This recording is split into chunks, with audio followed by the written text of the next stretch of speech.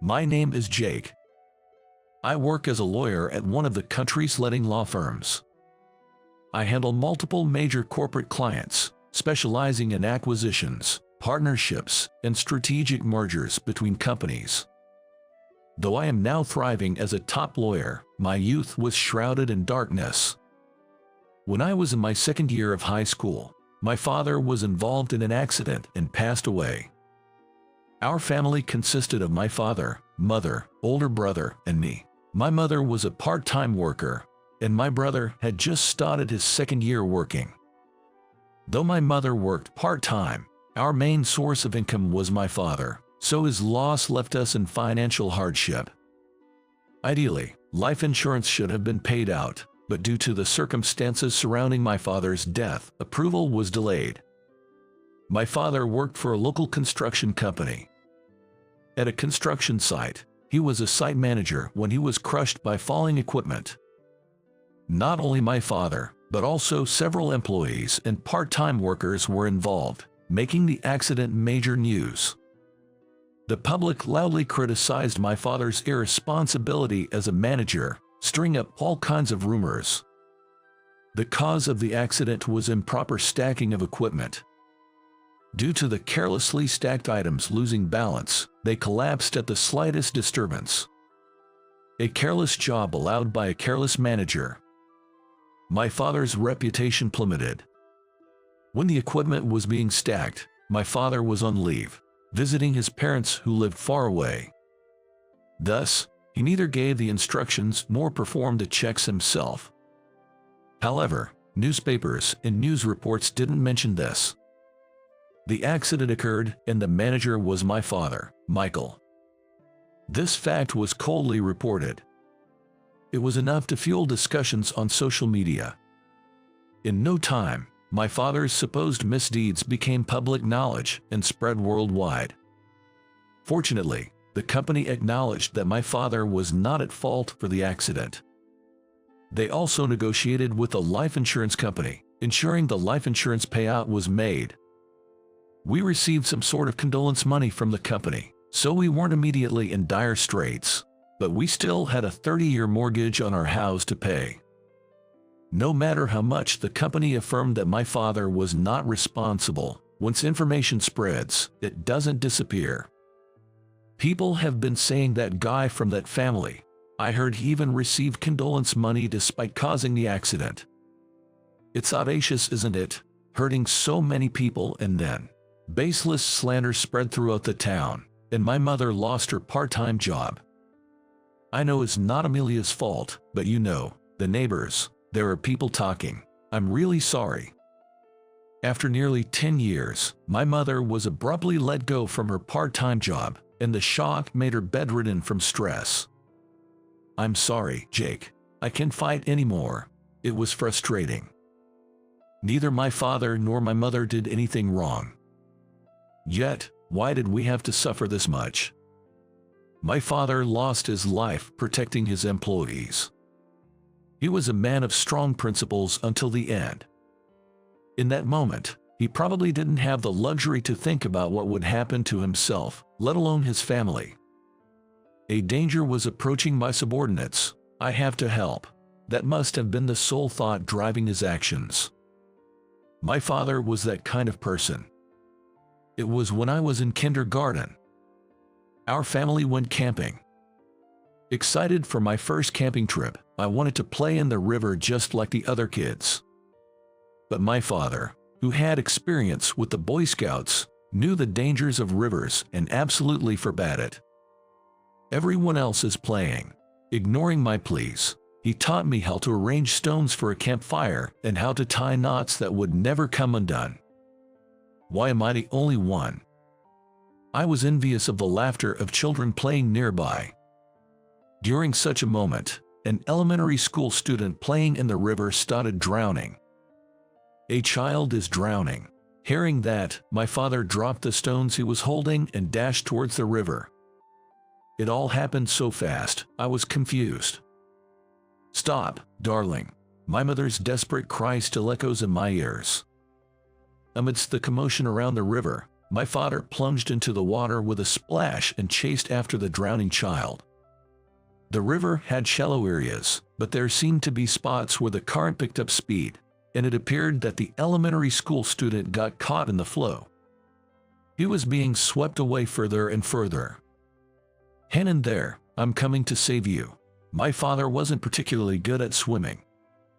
Despite being taken by the river's current several times, he desperately caught up to the child and grabbed him. My father, lifting the child to the shore, looked heroic. He was like a superhero from a show. "That's amazing." I joined the people around in praising my father. The rescued child's parents kept thanking him, crying, "Thank you, thank you." I was proud of my father, who was being thanked. My brother also looked pleased, puffing out his chest with pride. Only my mother's face was tense. Back at the campsite, when it was just our family, my mother said, "Why did you do something so dangerous? The kid was being swept away. It's only natural to help, right? It's not our child. What if something had happened to you? How are we supposed to live? Even if it's someone else's child, that child is precious to them. I couldn't just overlook it." Indeed, as my father said, even a stranger's child is someone's treasure. Lives are what must be protected first. But my father was not a rescuer. He was just a site supervisor at a construction company. It would be unacceptable for his life to be lost as a result of rushing to help with a heart full of justice. If something like that happened, we wouldn't know where to direct our anger and would be utterly lost. As a child, I didn't understand why my mother was angry, but now I do. The absence of my father threatened our present so intensely, painfully, and heartbreakingly that my mother's cry was painful. We weren't allowed to wallow in our sorrow and had to endure baseless, heartless words. I was infuriated by the coldness and irresponsibility of the public's quick judgment. I was angry, but I couldn't do anything. I could no longer go to school. My high school life was anything but flashy. Being on the quiet side, I spent my breaks reading at my desk, and after school, it was study time in the library. Not part of any club, I didn't go out with friends like others did. Quiet and reserved, I didn't have friends. The only person who actively talked to me was probably Olivia. Olivia wasn't conspicuous, but her gentle, soft expression was charming, making her a popular figure in class like an idol. For some reason, Olivia took an interest in me. "Jake, what are you reading? Tender is the Night? Is it by F. Scott Fitzgerald?" "Yeah." "Jake, you like his books." "I don't particularly like him, but it's not that I don't." "Really? I actually like The Great Gatsby." "You like the dark stuff." "Hey, it isn't dark, it's a comedy." I had never met anyone who interpreted that novel as a comedy before. Olivia is unique. "Do you not read books by contemporary authors, Jake?" "I've read some fantasy stories involving other worlds." "Oh, I love those kinds of stories too. Have you seen that show?"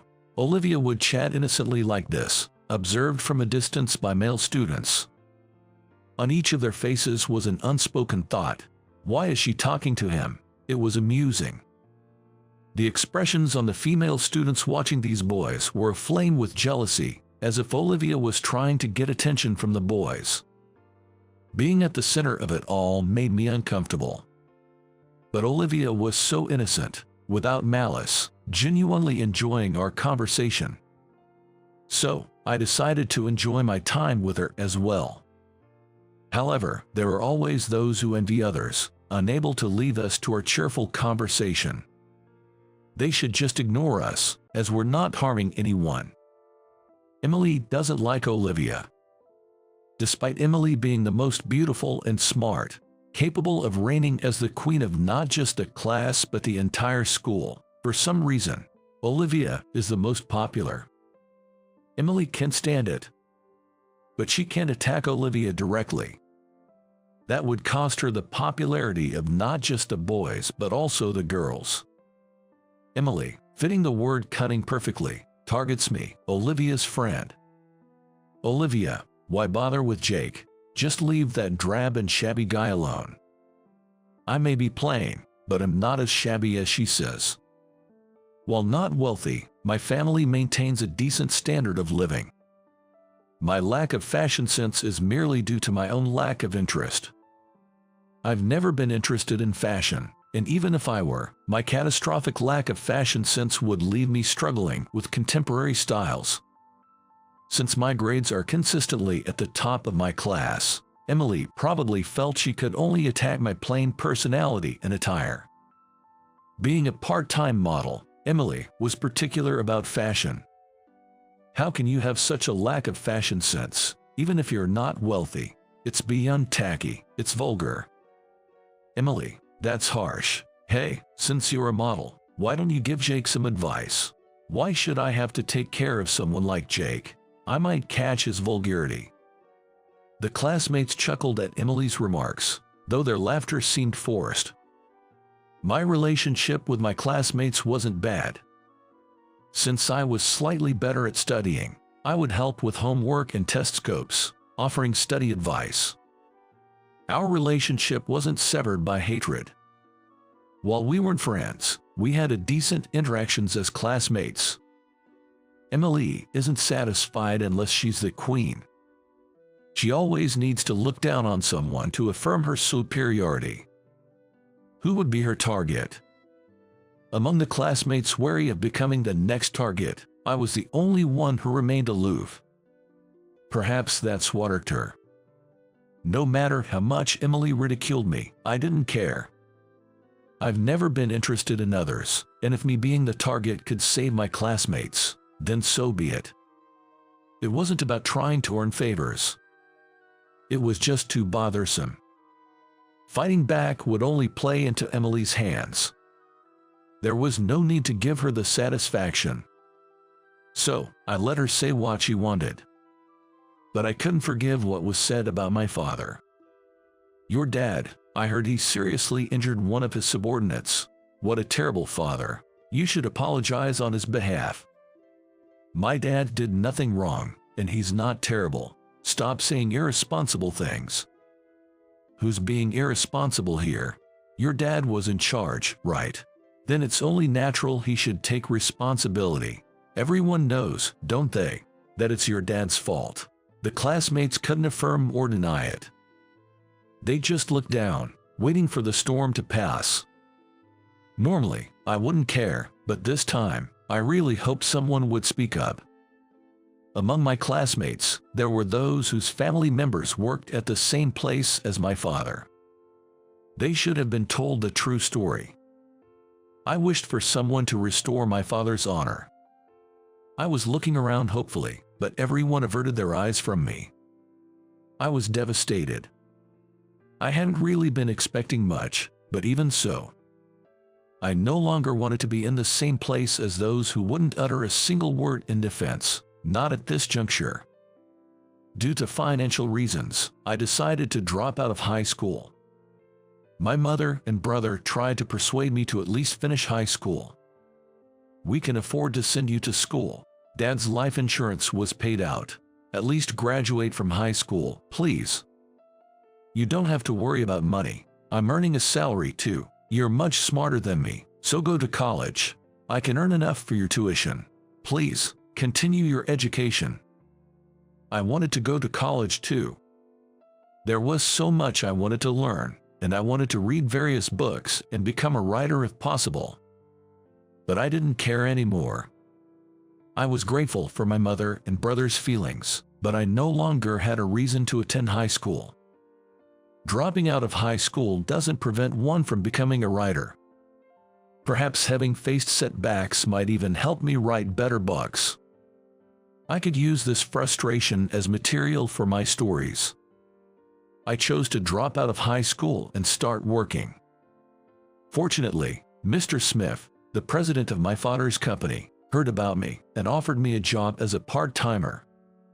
Your father was a great asset to the company, saving his colleagues. It's truly regrettable that the wrong story has spread about him. I'm sorry for what has happened. It may not be much of an apology, but would you consider working for us? We can hire you as a full-time employee right away, so could you start as a part-timer? It was an offer I couldn't refuse. Part-time is fine with me. Thank you very much. From that day, I started working at the company where my father used to work, as a part-timer. I worked furiously every day. To shake off the frustration in my heart, I moved my body and worked until I was utterly exhausted. The work available to a high school dropout part-timer like me was mostly menial. Moving things from one place to another. Even that was a new experience for me, and there was much to learn.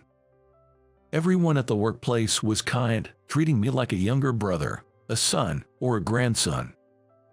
No one spoke ill of my father. "You're Michael's son. You resemble him in your sincerity. Michael, you know, he was the first to help us when we were in trouble, just like a hero. He often bragged about you. My sons are much better than me," he'd say with such a happy smile.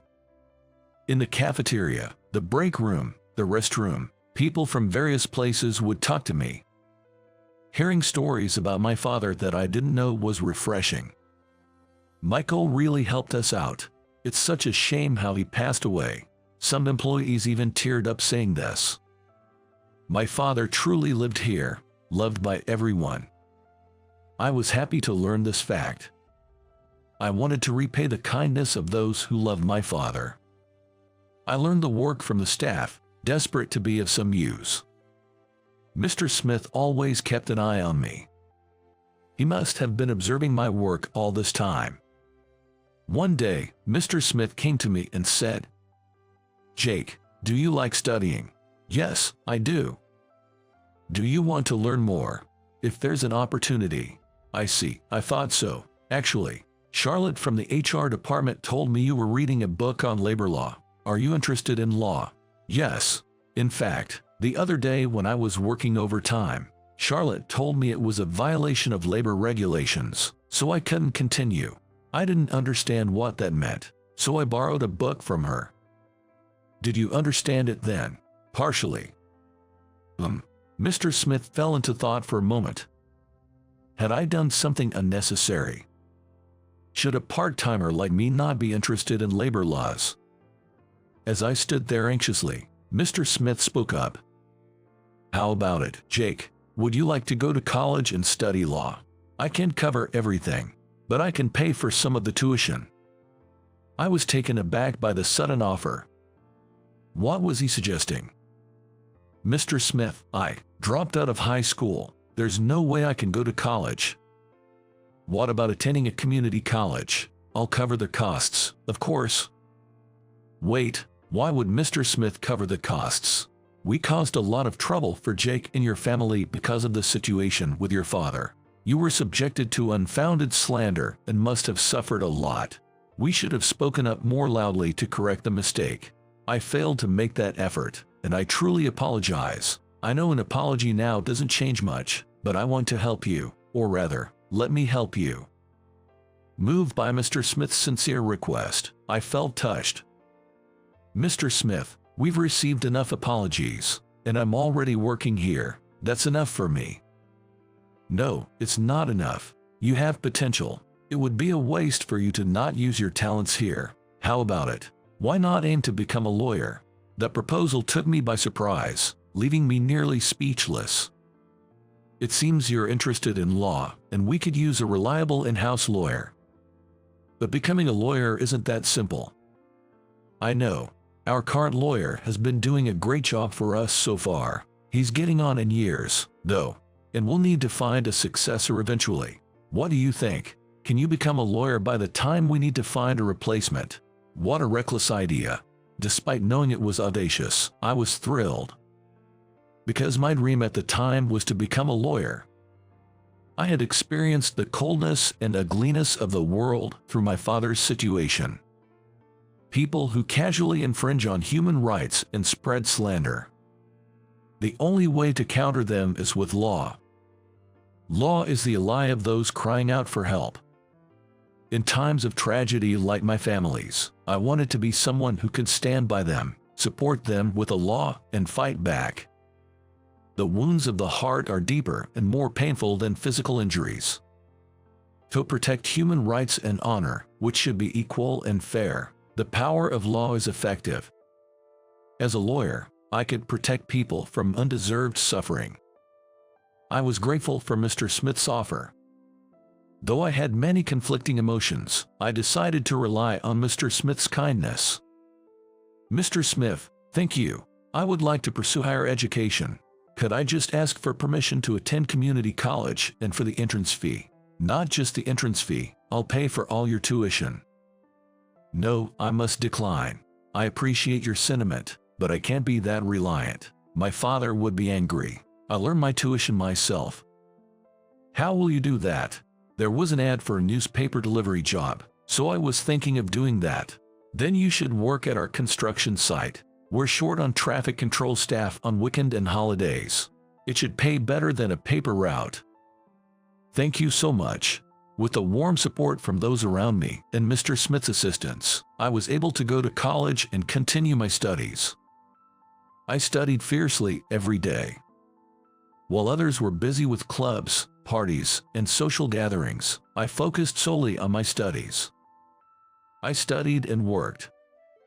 I had neither the time nor the financial freedom to play. My goal was to pass the bar exam and become a lawyer as soon as possible. That's where my journey of giving back would begin. I couldn't get into law school, so I had to start with a preliminary bar examination. The path was long and the study material extensive, but I managed to pass on my second attempt. Having finally become a lawyer, I was introduced by Ben to a law firm in another state. This firm specialized in corporate cases, so it was expected to be a valuable learning experience. The idea was to learn and bring that experience back to the company. I was on it. The office, bustling with major corporate clients, kept me, a rookie lawyer, constantly on my toes. I'm not sure if they saw potential in me or just needed a handy helper, but I was assigned to work with the ace lawyer. George, the ace, was incredibly skilled and known as a lawyer who never lost. His methods were thorough, not shying away from bold tactics to secure victory. He always clinched victory without letting emotions get in the way. While his methods were controversial, he was undoubtedly a figure worthy of respect. Though I was often pulled in all directions, I learned a great deal from him. I won't take such extreme measures like him, though there were aspects that served as a cautionary example. After 5 years of learning under him, I finally returned to my hometown. That's when I received an invitation to a high school reunion. Wondering why I was invited despite having left school early, I still felt a sense of nostalgia. With my return home decided, I thought, why not attend? Either time had softened my feelings, or I had become more forgiving. So, despite the unpleasant experiences, I decided to go. It was the day of the reunion. The venue was a restaurant near the station. It had a stylish and somewhat upscale ambience. I saw familiar faces here and there, evoking strong nostalgia. Having left school early under such circumstances back then, I wondered how I should present myself upon entering. As I hesitated, a male voice called out, "Is that Jake?" "Jake, wow, it's been so long. Man, it's been ages. Jake, what have you been up to?" To my surprise, my classmates greeted me warmly, filled with nostalgia. Olivia was there too. "Jake, long time no see. How have you been?" "Yeah, I've been good. You seem well too, Olivia." "Thanks to you. Are you still reading?" "Yeah, but I still can see The Great Gatsby as a comedy." "Jake, you're still the same, but it's rare to see you at a reunion. Is this your first time?" It was indeed rare, considering I had left high school early and shouldn't have been on the invitation list. Reunions were something completely unrelated to me. Yet, this time I was invited. Right, I ran into Emily that day and she invited me to the reunion. That's how the invitation ended up at my parents' house. Well, if it isn't Jake, you actually came, Emily approached with a sly smile. Upon returning to my hometown, I left my job and took a short vacation. I thought it was a good opportunity to rest my overly busy body, especially since there was also moving work to be done. Since I was moving back to my parents' house, there wasn't much to pack. 2 weeks of vacation felt almost too long. When I visited my father's former company, Mr. Smith, who had aged a bit, warmly welcomed me back.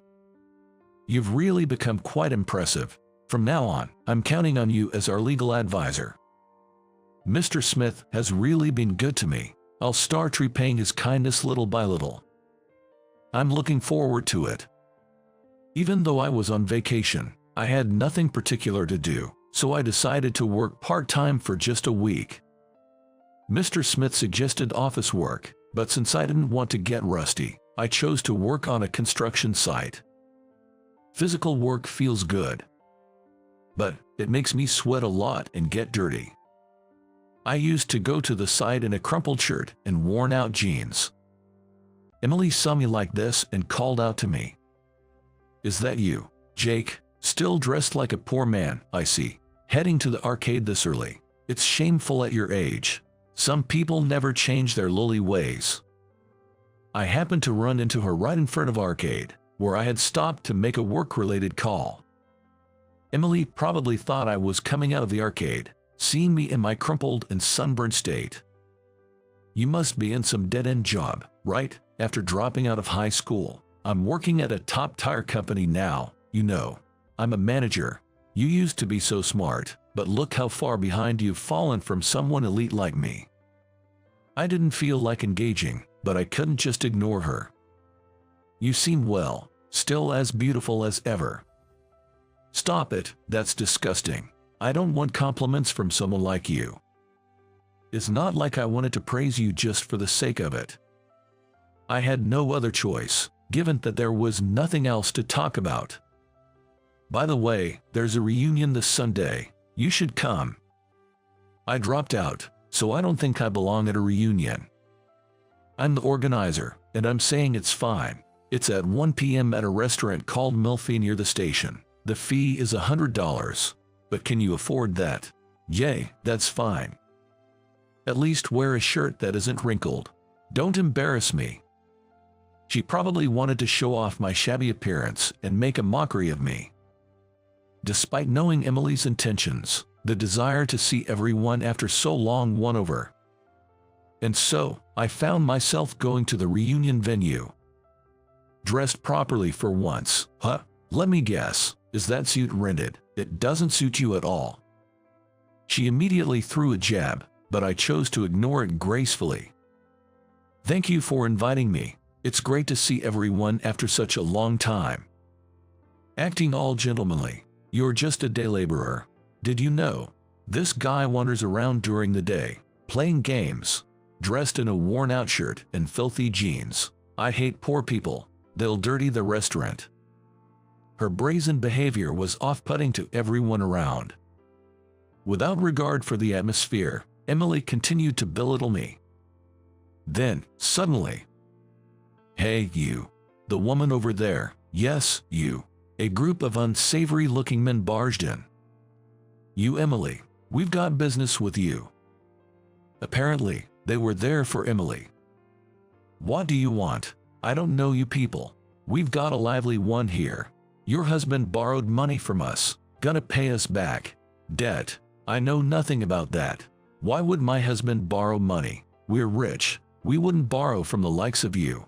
Hey, this is the IOU. Settle your husband's debt." Emily was entangled with the pursuers, causing a commotion in the restaurant. "Hey, guys, shall I call the police?" Go ahead and try. We're just here to collect what we owed." My classmates were intimidated by their menacing presence. The women were trembling with fear. It seems that Emily's husband had taken out a loan and hadn't repaid it, but it clearly wasn't a legitimate loan. It must be from loan sharks. No choice, I had to step in. "Can you all keep it down? And who might you be?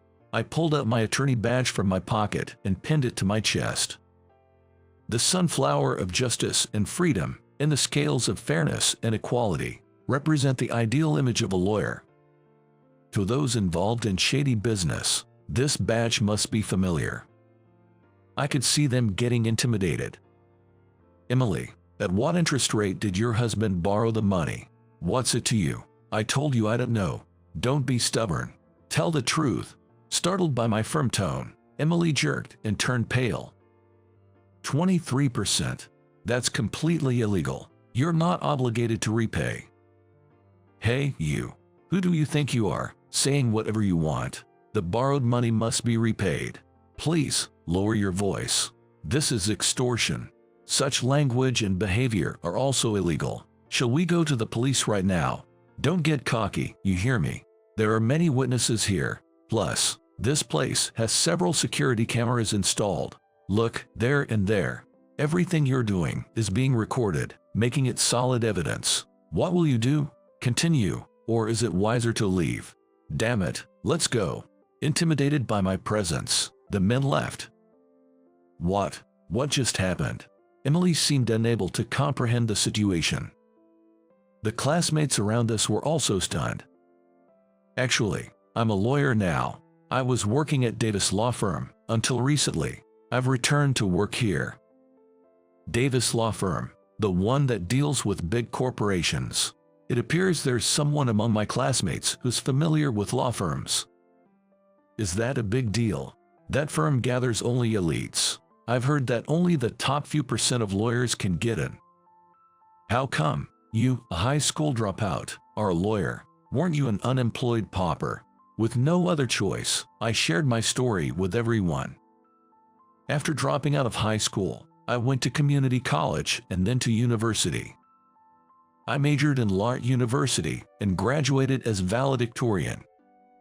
I passed a bar exam on my second attempt and became a lawyer. After 5 years of training, I returned as an exclusive legal advisor to repay the company that had helped me. Well, Jake, you've really made something of yourself. Did you become a lawyer because of what happened to your dad? Yes, that's right. We were really awful to Jake, even though we knew his dad wasn't to blame. I know sorry isn't enough, but I'm truly sorry. I knew Jake was suffering and I didn't do anything to help. I'm sorry. Don't worry about it. All those experiences helped me become a lawyer. If you ever have trouble, just let me know. For starters, Emily, how about I help you with your issue? Gone was her bravado. Emily was now sitting dejectedly. Please, help me, she replied in almost a whisper. Back then, I resented everything around me. The misunderstanding that led to our family's downfall was compounded by the judgmental looks from others. Frustration, pain, impotence, and irritation consumed me, but in hindsight, those hardships. They made me a lawyer who understands people's pain. They say nothing in life is meaningless. Thinking about the meaning behind my father's passing still pains me, but if it was a factor that contributed to who I am today, then it's a cruel yet powerful force that has shaped me. Perhaps Emily, with her haughty and arrogant demeanor, also has insurmountable emotional barriers. It's not too late, even now. In fact, now might be the perfect time for us to talk and understand each other. Maybe she's just an unpleasant person. But that's okay. Interacting with such individuals can also be a learning experience, nourishing the person I am. An encounter with someone can lead to bonds that last multiple lifetimes. We spent our childhoods together, my peers and I. I'm not sure if we can be called friends, but we certainly shared the same moments in time. In the long journey of life ahead, who knows when we might share time together again. So, I choose to reach out rather than sever ties. Life will likely be much more enjoyable and free that way. If there's a reunion next year, maybe I'll attend. Hopefully, by then, I'll understand the meaning of comedy that Olivia talks about.